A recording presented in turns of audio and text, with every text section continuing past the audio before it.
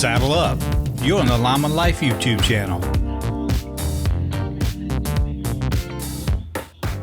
What's up, guys? Welcome back to another episode of the Lineman Life. A little change of scenery for me.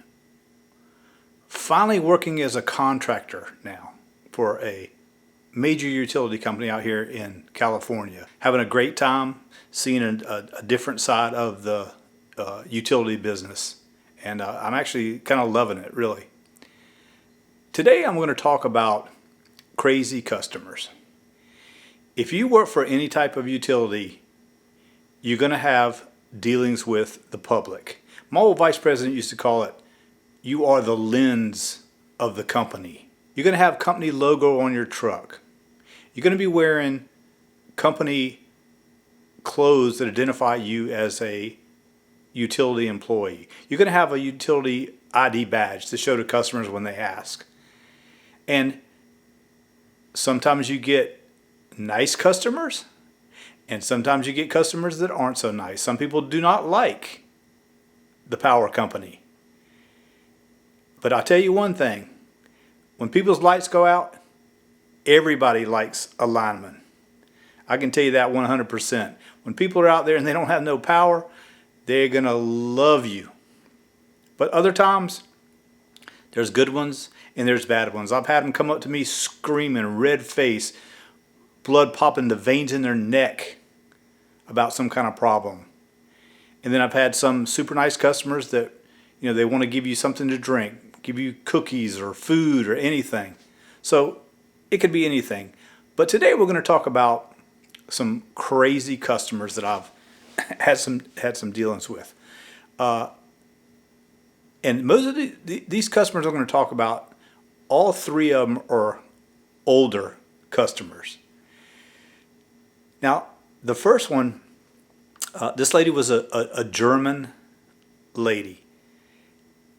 And she lived out in the middle of nowhere. She was on the end of about a 14 or 15 span line. The very last customer lived out there by herself.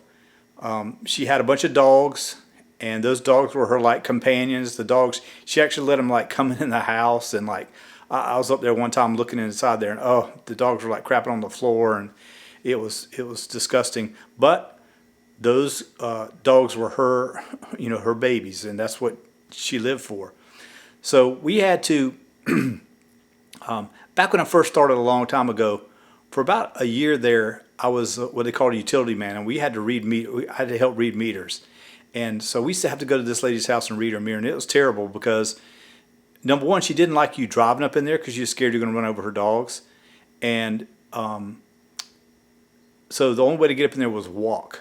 And when you walk up in there, these friggin' dogs would run out of the house, and oh man, you'd have to have dog spray, and she didn't want you to spray her dogs, and it was a nightmare. So the company decided to move her power pole, her meter, out to a secondary pole about 60 or 75 feet away from her house. So you wouldn't have to walk all the way up to her house to read her meter.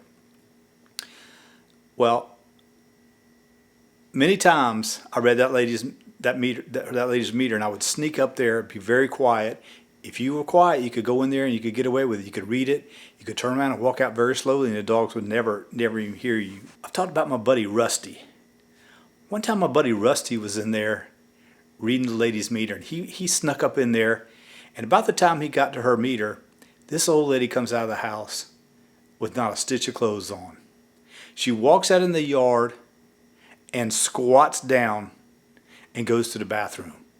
Rusty told me he got behind that pole. He was trying to make himself as thin as possible behind that pole just so the lady would not see him. And the lady finished her business, turned around, walked back inside. Rusty said he read that meter and he got the heck out of there. Well, the sad part of this story is several years later, that house actually caught on fire, and that lady actually, she burned up in there with her dogs.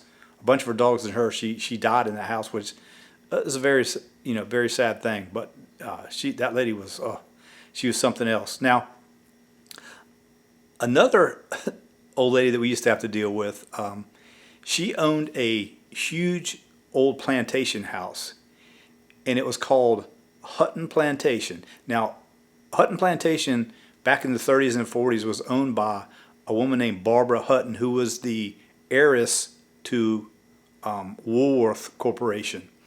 So she had this 35-room, humongous plantation mansion, this kind of out in the country too, out in kind of the middle of nowhere. But back in the 50s, Barbara Hutton sold it to this other lady and her husband. And they lived there, and it was a beautiful place. They had a lot of problems with their electrical system, because it was old. So we were always out there all the time. And usually when we were out there, it was a problem inside the house. And she would invite us in, and we'd go in there, and they had a huge dining hall in there, like this, just like you see in the movies, with like a humongous table where 40 people could sit at it. And all on the walls were taxidermy, because the husband liked to go to Africa and hunt big game animals. And he had them mounted all up and down the sides of these walls. And it was pretty impressive, except for the fact that the husband had died back in the 60s. And so this lady, who was in her 80s, she was there by herself, and she couldn't take care of the place. And you go in there, and like the fur would be like hanging off the side of the, buffalo or whatever.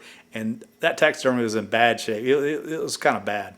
But she was a very nice lady. Well, lo and behold, I was out there on this certain night, and the next morning, that house caught on fire, and that house burnt to the ground.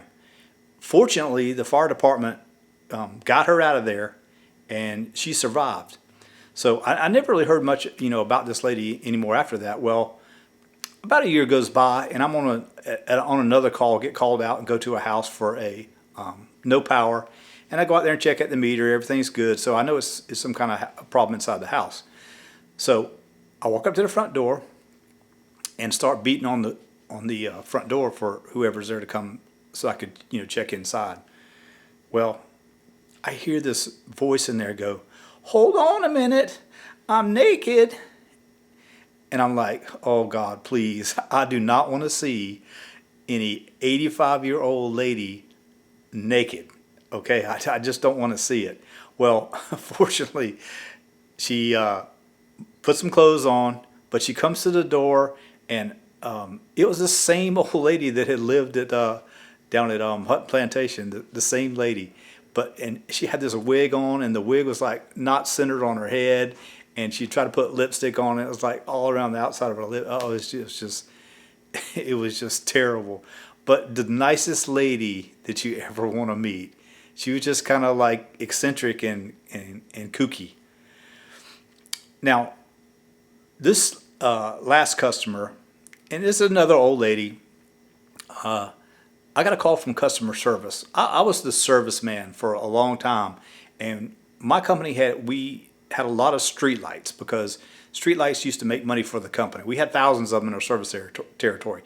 So some days I'd mostly catch trouble, run services, but when I had spare time, I would work on street lights and fix street lights. So I get a call from customer service, and customer service was telling me that this lady called in, and she was extremely upset. She was saying that the street light was burning her skin, and she was having all kind of problems with this street light. And please send somebody out there to take a look at this street light. When I heard that story, I was like, oh my God, what have I got myself into? I go out there, I pull up in the yard, I back the truck up to the light, and I get out and I go knock on the front door to talk to the lady and find out, what's going on.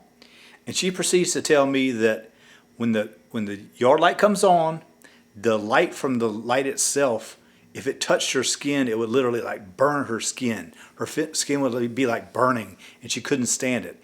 And then she pointed to a spot on the floor where it was actually where like linoleum, like the floor tiles, it had so much wear on it that it was like worn, where somebody, had keep stepping on it. It had a worn spot in it.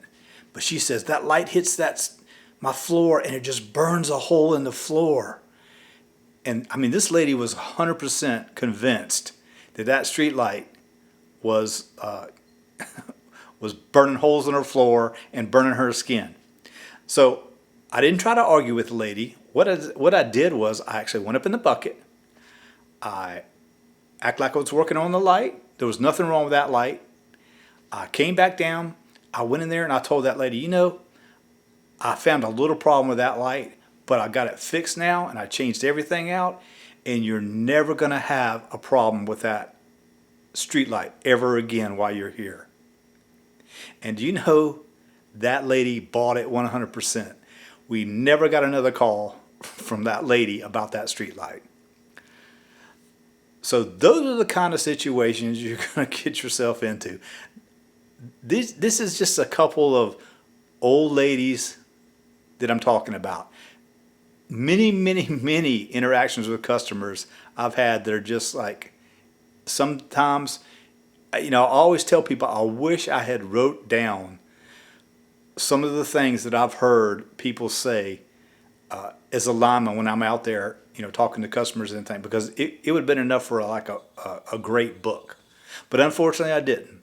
But those are three stories that I thought were pretty funny, and I still think about to this day.